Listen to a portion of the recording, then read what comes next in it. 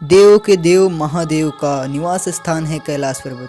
दोस्तों, हमारे हिंदू धर्म ग्रंथों में कैलाश पर्वत की काफ़ी विशेषताएं बताई जाती हैं और कैलाश पर्वत को भगवान शंकर का निवास स्थान बताया जाता है। दोस्तों, भगवान शंकर का निवास स्थान होते हुए ये सभी पूरी धरती का केंद्र और पूरे ब्रह्मांड का केंद्र भी बताया जाता है। दोस्तों, आपको शायद पता हो कि दुनिया की सबसे ऊंची चोटी माउंट एवरेस्ट है, जिसकी ऊंचाई 8,848 मीटर है।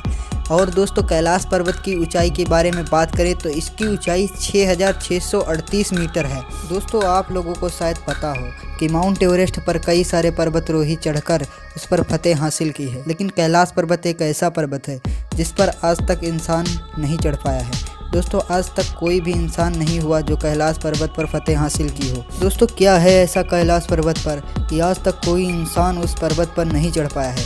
क्या वहाँ पर स्वयं भगवान शंकर विराजमान है या भगवान शंकर की दिव्य शक्ति वहाँ पर विराजमान है जो किन्हीं मनुष्यों को चढ़ने नहीं देती हैं? दोस्तों, आज की वीडियो में इसी के बारे में बात करने वाले हैं, तो बने रही हमारे वीडियो में अंत तक। दोस्तों, कैलाश पर्वत एक भारत का ही क्षेत्र था। दोस्तों, जब 1962 में भारत और चीन का युद्ध हुआ, उस समय प्रधानमंत्री पंडित जवाहरलाल नेहरू थे। दोस्तों, उसी युद्ध में भारत से ये हिस्सा छिन गया था और ये चीन के हिस्से में आने लगा है।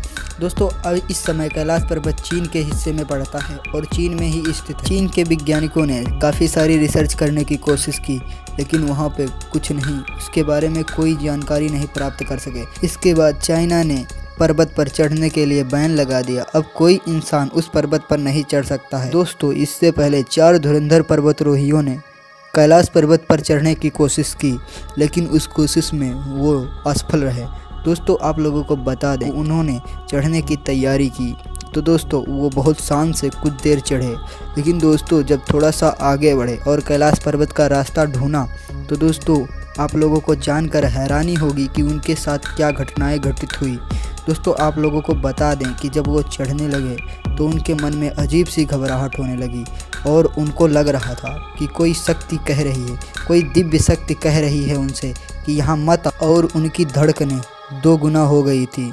लेकिन पर्वतारोहियों ने हार न मानी और आगे चलते रहे। दोस्तों, आगे चलते चलते उनको ऐसा लगा कि उनके नाखून बहुत बड़े हो गए हैं और उनके बाल भी बहुत बड़े हो गए हैं, मानो उनकी उम्र 1 महीने ज़्यादा हो गई है। दोस्तों, ऐसा लगने लगा। दोस्तों, उनको अजीब सी घबराहट होने लगी। आखिरकार उन पर्वतारोहियों को अपना निर्णय बदलना पड़ा और वापस फिर से लौट आए। दोस्तों, उनके हाथ कुछ नहीं लगा, लेकिन दोस्तों वो गंभीर रूप से बीमार और थके हुए नज़र आ रहे थे। इसके बाद दोस्तों चाइना ने हेलीकॉप्टर से वहाँ पर रिसर्च करने की कोशिश की, लेकिन चाइना इस कोशिश में भी असफल रहा। दोस्तों, हेलीकॉप्टर जब उसके ऊपर जाने लगा तो दोस्तों तेज़ हवाएं और बर्फ़बारी होने लगी और हेलीकॉप्टर का रडार सिस्टम भी फेल होने लगा, मानो हेलीकॉप्टर क्रैश हो जाएगा। दोस्तों, हेलीकॉप्टर का रडार सिस्टम भी फेल हो गया और दिशाओं का अध्ययन होना भी बंद हो गया। दोस्तों, इससे घबराकर चाइना के वैज्ञानिकों ने हेलीकॉप्टर को वापस ले लिया और वापस लौट आए।